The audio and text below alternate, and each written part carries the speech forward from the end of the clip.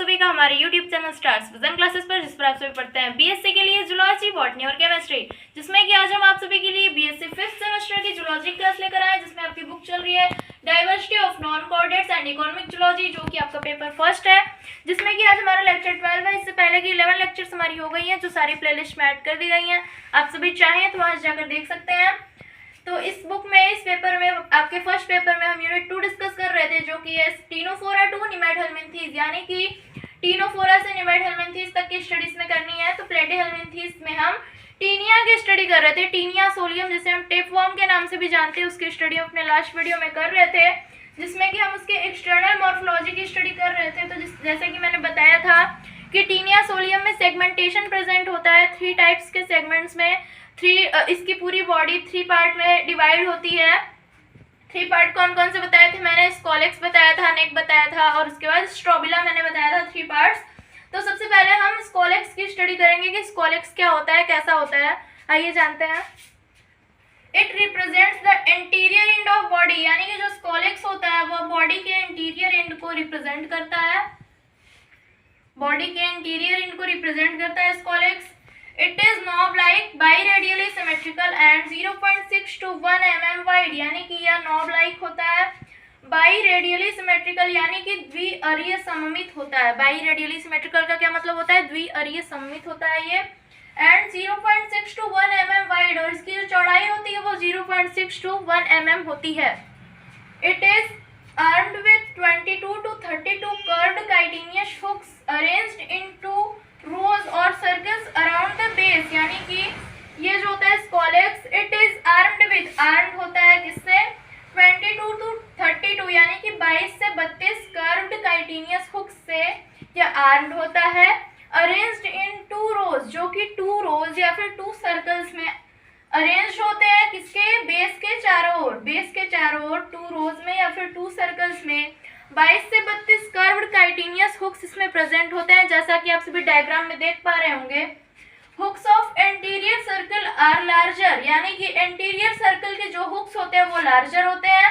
Each measuring 0.14 to 0.18 mm, जिसकी प्रत्येक की लंबाई कितनी होती है, जिसका माप कितना होता है? 0.14 टू 0.18 mm होती है। एंटीरियर सर्कल के जो हुक्स होते हैं वो बड़े होते हैं और उनकी मेजरिंग क्या होती है? 0.14 to 0.18 mm। And those of posterior circle, और वहीं पोस्टीरियर सर्किल के जो हुक्स होते हैं वो स्मॉलर होते हैं, छोटे होते हैं किसके? एंटीरियर की तुलना में, और उनकी मेजरिंग क्या होती है? 0.11 टू 0.14 mm के होते हैं, स्मॉलर वाले, यानी कि सेकेंड रो वाले या फिर पोस्टीरियर सर्किल वाले। The scolex with the help of hooks, hooks का क्या काम होता है स्कॉलेक्स में? तो ये आइए जानते हैं। The scolex with the help of hooks, hooks की मदद से स्कॉलेक्स, हुक्स या फिर सकल्स की मदद से lies buried in the host intestinal mucosa, host के इंटेस्टाइनल म्यूकोसा में स्थित रहता है, पड़ा रहता है। Providing firm adhesion to the body, जो कि बॉडी से उसका अच्छा जुड़ाव बनाता है, अच्छा जुड़ाव प्रोवाइड करता है। Against the loosening action of peristaltic movements of the host intestine, यानी कि जो पेरिस्टाल्टिक मूवमेंट होता है होस्ट के इंटेस्टाइन में, ह्यूमन इंटेस्टाइन में जो पेरिस्टाल्टिक मूवमेंट होता है उसके अगेंस्ट यह इसके बॉडी को फर्म एडहेशन, अच्छा जुड़ाव प्रदान करता है होस्ट के इंटेस्टाइन से, यानी कि यह हुक्स के द्वारा जुड़ जाता है और जो भोजन का पेरिस्टाल्टिक मूवमेंट हमारे इंटेस्टाइन में होता है उसकी वजह से ये जो टीनिया सोलियम होता है वो अपने स्थान से हटता नहीं है, क्योंकि वो हुक्स जो होते हैं उनकी वजह से वो अटैच हो जाता है स्मॉल इंटेस्टाइन से, तो पेरिस्टाल्टिक मूवमेंट का उस पर कोई असर नहीं पड़ता है, इसीलिए इसके स्कॉलेक्स में हुक्स प्रेजेंट होते हैं। तो आइए जानते हैं नेक के बारे में। आइए जानते हैं टीनिया का नेक कैसा होता है।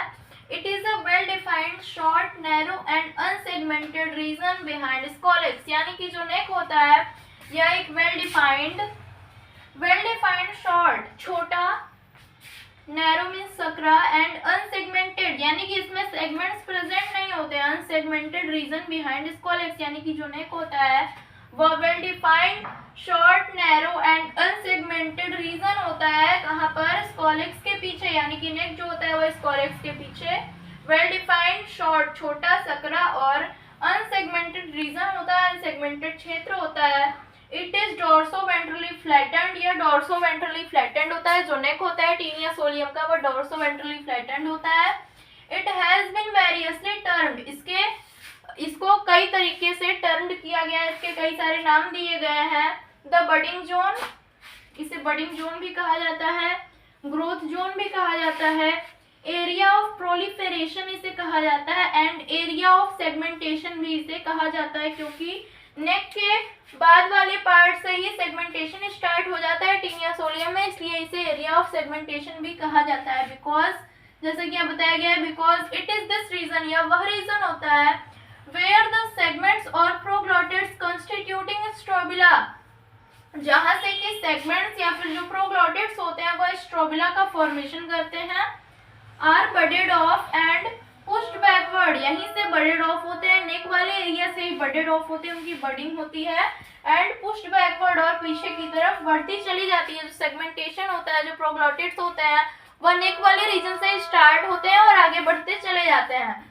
तो आइए बात करते हैं स्ट्रोबिला की। आइए जानते हैं स्ट्रोबिला के बारे में। स्ट्रोबिला कैसा होता है टीनिया सोलियम का। It forms the main bulk of body, यानी कि जो स्ट्रोबिला होता है यह बॉडी का मेन बल्क बनाता है, मेन बल्क का फॉर्मेशन करता है। It consist of 800 to 1000 segments, यानी कि यह 800 से 1000 सेगमेंट्स से मिलकर बना होता है। जो स्ट्रोबिला वाला पार्ट होता है इसमें कितने प्रोग्लोटिड्स या फिर सेगमेंट्स प्रेजेंट होते हैं, 800 से 1000 सेगमेंट्स या फिर प्रोग्लोटिड्स का बना होता है। Arranged in a linear series in a chain like fashion, यानी कि जो कि एक लीनियर सीरीज में अरेंज होते हैं चेन लाइक फैशन की तरह, यानी कि चेन लाइक फैशन में या एक लीनियर सीरीज में अरेंज होते हैं। जितने भी 800 से 1000 प्रोग्लोटिड्स या फिर सेगमेंट्स होते हैं वह चेन लाइक फैशन में लीनियर सीरीज में अरेंज होते हैं। A proglottid is a unit part of the body, यानी कि जो एक प्रोग्लोटिड होता है वह बॉडी का यूनिट पार्ट होता है। इस तरीके से हम कह सकते हैं कि जो टीनिया सोलियम के बॉडी की इकाई होती है वो क्या होती है, प्रोग्लोटिड होती है, including a complete set of genitalia, यानी कि जिसमें कि जेनिटेलिया का एक कंप्लीट सेट प्रेजेंट होता है। एक प्रोग्लोटिड में जेनिटेलिया का एक कंप्लीट सेट प्रेजेंट होता है, यानी कि एक complete set reproductive organs present होते हैं एक प्रोग्लोटिड में। जितने भी प्रोग्लोटिड होते हैं सभी में रिप्रोडक्टिव ऑर्गन के एक कंप्लीट सेट प्रेजेंट होते हैं।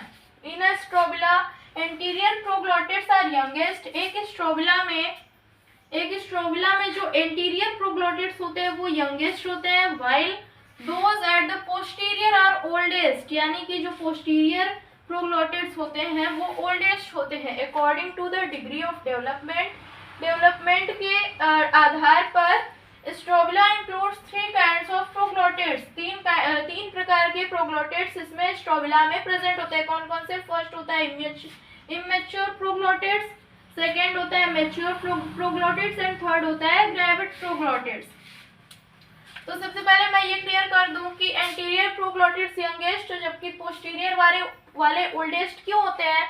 तो जो नेक रीजन होता है टीनिया सोलियम का, वहां से मैंने बताया कि जो भी प्रोग्लोटिड्स होते हैं वो बडेड ऑफ होते हैं, तो जो पहले के प्रोग्लोटिड्स होते हैं वो आगे बढ़ जाते हैं और वहां पर एक न्यू प्रोग्लोटिड आ जाता है। तो इस तरीके से इंटीरियर वाला जो प्रोग्लोटिड हुआ वो सबसे यंगेस्ट होगा, यानी कि सबसे नया प्रोग्लोटिड होगा जो नेक के पास से, यहाँ अगर ये नेक रीजन है टीनिया सोलियम का तो ये सबसे पहले ये प्रोग्लोटिड अगर बना तो उसके बाद जो नेक्स्ट प्रोग्लोटिड बनेगा तो ये वाला प्रोग्लोटिड यहाँ पर आ जाएगा और ये जो होगा वो यंगेस्ट हो जाएगा और ये हो जाएगा ओल्डेस्ट, ये हो जाएगा यंगेस्ट, और जो नीचे वाला प्रोग्लोटिड होगा वो ओल्डेस्ट हो जाएगा।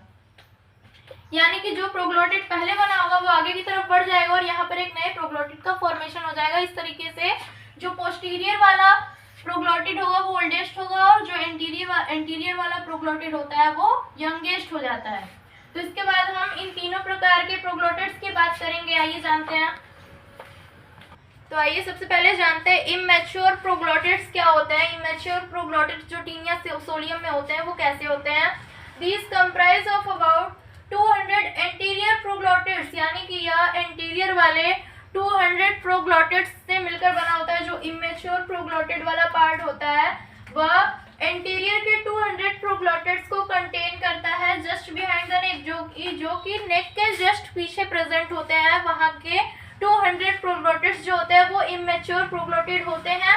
दे आर यंगेस्ट, वो यंगेस्ट होते हैं, एंड सेक्सुअली इमेच्योर, और सेक्सुअली इमेच्योर होते हैं, पूर्ण विकसित नहीं होते हैं। They are short and rectangular in outline, वह छोटे होते हैं और आउटलाइन में रेक्टेंगुलर होते हैं। नेक्स्ट क्या है, mature proglottids. There are about 450 mature proglottids forming the middle part of strobila, यानी कि मैच्योर प्रोग्लोटिड्स कितने होते हैं, स्टार्टिंग के 200 जो होते हैं वो इमेच्योर होते हैं, उसके बाद के जो 450 जो प्रोग्लोटिड होंगे वो मैच्योर प्रोग्लोटिड कहलाते हैं। 200 प्रोग्लोटिड्स के बाद के जो 450 450 प्रोग्लोटिड्स होंगे वो मैच्योर प्रोग्लोटिड्स होते हैं, forming the middle part of strobila, जो कि स्ट्रोबिला का मिडिल पार्ट बनाते हैं। इंटीरियर पार्ट कौन बनाते हैं, इमेच्योर प्रोग्लोटिड्स, और जो मैच्योर प्रोग्लोटिड्स होते हैं वो मिडिल पार्ट बनाते हैं। These are large and squarish in outline, या बड़े होते हैं और आउटलाइन इनका कैसा होता है, स्क्वायरिश होता है। The anterior 100 to 150 proglottids contain, यानी कि जो 200 के बाद के, यानी कि 450 में 450 जितने भी मैच्योर प्रोग्लोटिड्स होते हैं उनमें का स्टार्टिंग का जो 100 से 150 प्रोग्लोटिड्स होते हैं contain only male reproductive organs, वह सिर्फ मेल रिप्रोडक्टिव ऑर्गेन्स ही कंटेन करते हैं। 200 के बाद के जो 100 से 150 प्रोग्लोटिड्स होंगे वो केवल मेल रिप्रोडक्टिव ऑर्गन कंटेन करते हैं। वाइल द पोस्टीरियर 250, उसके बाद के जो 250 मैच्योर प्रोग्लोटिड्स होते हैं वो develop both male and female reproductive organ, यानी कि जो 100 से 450 में 100 से 150 जो होते हैं वो उनमें सिर्फ मेल रिप्रोडक्टिव ऑर्गन प्रेजेंट होता है, और 100 से 150 के बाद के जो 250 मैच्योर प्रोग्लोटिड्स होते हैं उनमें मेल एंड फीमेल दोनों ही रिप्रोडक्टिव ऑर्गन्स डेवलप होते हैं, मेकिंग देम हर्माफ्रोडाइट, जो कि टीनिया सोलियम को हर्माफ्रोडाइट बनाते हैं, द्विलिंगी बनाते हैं। तो आइए जानते हैं ग्रेविड प्रोग्लोटिड्स के बारे में। आई होप आप सभी को इमेच्योर एंड मैच्योर प्रोग्लोटिड्स अच्छे समझ में आ गया होगा। बात करेंगे ग्रेविड प्रोग्लोटिड्स के बारे में। आइए जानते हैं ग्रेविड प्रोग्लोटिड्स क्या होते हैं। The oldest and the last 150 to 350 proglottids up to the posterior end of body are termed gravid और राइट, यानी कि जो ओल्डेस्ट एंड द लास्ट, यानी कि जो सबसे ओल्डेस्ट और जो लास्ट के पोस्टीरियर एंड के जो 150 to 350 प्रोग्लोटिड्स होते हैं उन्हें क्या कहा जाता है, ग्रेविड या फिर राइट कहा जाता है, यानी कि उन्हें परिपक्व सेगमेंट माना जाता है, परिपक्व प्रोग्लोटिड उन्हें कहा जाता है। They are longer than broad in outline, वह चौड़ाई, उनकी चौड़ाई कम होती है और लंबाई ज्यादा होती है, उनकी आउटलाइन में चौड़ाई कम और लंबाई ज्यादा होती है। तो आई होप आप सभी को टीनिया सोलियम का एक्सटर्नल मॉर्फोलॉजी समझ में आ गया होगा। नेक्स्ट वीडियो में हम क्या डिस्कस करेंगे, नेक्स्ट वीडियो में हम टीनिया सोलियम की बॉडी वॉल डिस्कस करेंगे, क्योंकि बॉडी वॉल के माध्यम से ही यह क्या करता है, फूड को अपने अंदर लेता है, जो ह्यूमन का डाइजेस्टेड फूड होता है उसको एब्जॉर्ब करता है। तो बॉडी वॉल की स्टडी हम अपने नेक्स्ट वीडियो में करेंगे। So be ready for our next video. Channel पर नया है तो सबसे पहले सब्सक्राइब कर लीजिए और अधिक जानकारी के लिए टेलीग्राम को ज्वाइन कर लीजिए। थैंक्स।